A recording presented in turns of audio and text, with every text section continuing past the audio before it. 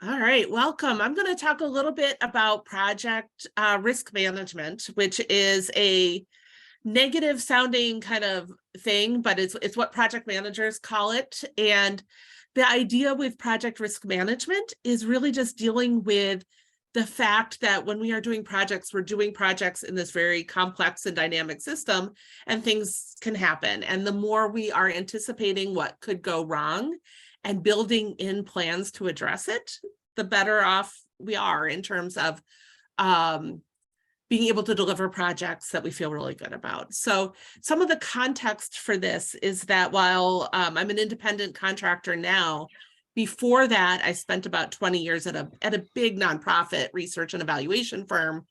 And we would do these debriefings at the end of each project of, what happened and what went well and what did we learn. And I did a review once of about 300 project debriefings.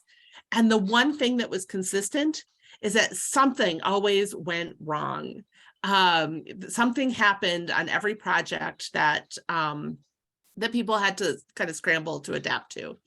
And this was a really experienced, well-trained group of researchers. They knew how to do project plans. But despite having good plans, things went wrong. Sometimes stakeholders didn't have the consensus that they expected, or stakeholders changed midway through a project, or it was harder to recruit people for a project than they'd expected, or data came in that required a lot more cleaning or coding than they had anticipated. There was always something. And while at the end of the day, we still, I would say, generally succeeded in finishing the projects on time and doing good work, it wasn't without a lot of behind the scenes stress. People working long hours and late nights to try to fix the thing that went wrong. And so we at that firm started doing a formal risk management plan for every project. And even as an independent contractor now, I still do this on every project. It has to be right size. Sometimes this is a 5-minute endeavor or a 10-minute endeavor. Sometimes it takes me a few hours, but I always do one. And so the idea of a risk management plan is basically brainstorming what is all the stuff that could happen that's going to make this project not go the way I think it's going to go. And then doing some matrixing of within those risks or those challenges, which ones do I think are most likely to happen? And how bad of an impact how significant of an impact would it have if it did happen? Is it going to cause me to, not be able to meet my timeline? Is it going to make me go over budget? Is it going to make me work, nights and weekends to try to do what I committed to doing? And then picking your highest priority risks and then developing a strategy that you can embed into your work plan to proactively manage that. And with risk management, we're typically trying to do one of three things. We're either trying to reduce the likelihood that that risk is going to happen, reducing the impact of the risk if it does happen, or transferring it to be somebody else's risk and not my responsibility to manage anymore. And I use all three of those depending on what the risk is. When I do this, one of the things I mentioned in the last room is that I was inspired to do this after that the Halloween IC topic chats of all of the horror stories, and a lot of that is risk management stuff. And I think when I was with the firm, we chased money a little bit more than I would have liked, and I had horror stories of the project that I wish I hadn't taken. I don't now, because I listened to my gut and I trust my risk management planning a little bit more. But the goal is really to make sure that at the end we've got projects that are done well, they're done on time, they're done on budget, and that we maintain whatever boundaries we have set around our own work-life balance. So I can answer questions or give examples of any of that, but I wanted to kind of pause and just see what what's resonating with other people. What kind of risks are you facing, or what kind of strategies have you found to be successful for you in in managing kind of that chaos? And actually, one quick thing, I have a certificate in project management, and one of my classes was project management and chaos theory. And this idea that like we're doing projects in a world that is complex and dynamic and stuff happens. So this isn't about what we're doing wrong as much as it's about knowing that we're doing projects in a complex system with a lot of moving parts, and things don't always line up in a nice, clean, linear work plan the way we think it will. So let's just plan that that's what's going to happen and accommodate it rather than try to fight it later. So questions, examples, strategies that you all have found helpful, kind of wherever you want to go with this is fine. How do you fire a client, Cheryl?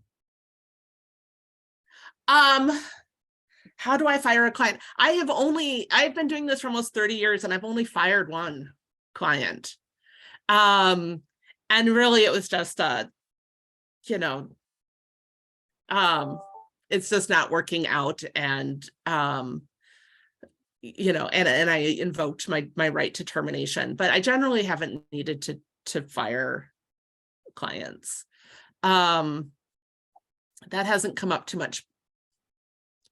How do I handle workload and deliverables when one of your contractors or employees falls very ill?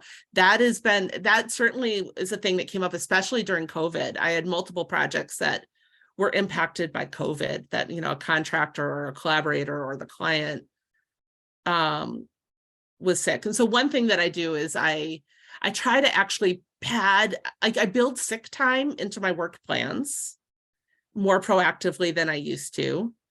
And the worst case scenario is it just gives me a little bit more time. But I think we tend to create work plans that's like, well, I could get that done in a month. It's like, well, you can. If you have a month where nothing happens, nobody gets sick, you don't get sick, it's a month long. But as soon as something happens, so I do actually pad for sick time. I have had a few times where we've had to do a last minute shuffle because somebody really was unable, for a sustained amount of time to do it. And that's harder, and so part of it is, where are there opportunities for me to cross-train people to cover a function? I don't necessarily plan for significant illness, but thinking about what would happen if I lost a person on the team that was vital to the success of the team. Part of it is making sure I don't micromanage contractors, but I make sure I know enough about what's going on and where things are that I could take over if I needed to, just kind of as a backup, that nobody disappears with the data, for example, and things like that. Other questions?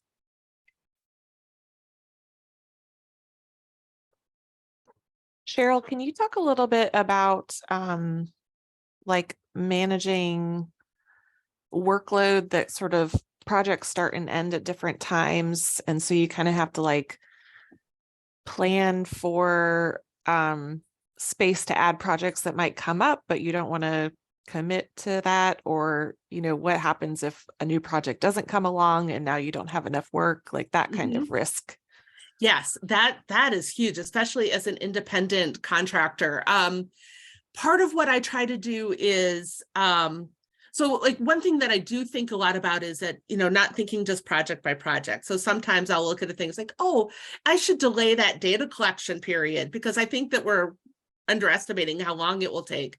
But now that I've extended that, I pushed the report into a time that I know I'm busy on another project. Like, will I really be able to slide it there? Or do I need to slide it out even further because now my work is piling up in a way that didn't happen? Or that I didn't anticipate. So I think like that kind of portfolio management piece is tricky. And I do try to keep things open. I would say that like portfolio management is harder, I think, for all of us. And I have certainly had times where I tend to lean on being too full. Like I will take a good project and then something else comes up and I really, really want to make it work. And I have not ended up holding space open as much as I should, but it's definitely important to be thinking about that. And part of it, I think, is with experience and just knowing what the likelihood is of things coming, or, what what tends to happen seasonally, with grants and things like that and saving that space. But I think portfolio management, that would be a great IC topic chat on and of itself. Is how you manage kind of complex relationships. And I see, I've tried to answer what I can here. One that I can do really easy is this example of shifting responsibility to someone else. An example of that I've used multiple times is I do a lot of collaborative and coalition type projects where they will say things like, I want 15 people to review the draft report. And then as the contract, I get 15 cents of feedback, which are different and sometimes contradictory. And so often what I will build in is that the client needs to take all the feedback and compile it and synthesize it and decide how they want to handle contradictory recommendations, and then give me a set of cleaned feedback so that I'm not the one who's trying to reconcile all that different information.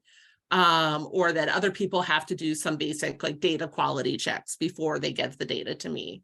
So those would be examples of transferring responsibility of like, rather than me having to do it, can I put that back on a client or to take care of it before it gets to me? Let's see, what strategies do I use to monitor that data cleaning and analysis is staying within budget? And actually I can combine that a little bit with specific tools and methods. I think another great topic chat someday would be project management software. I do some pretty careful tracking even on my own. And I think this is just a carryover from my days at the firm of where my time is going, and not just on what project, but how much, like what are I track everything actually by project phase, like how much time did I spend on each part of the project, and my contractors as well, not in a micromanaging, I spent 15 minutes today, but overall, how much did each thing take?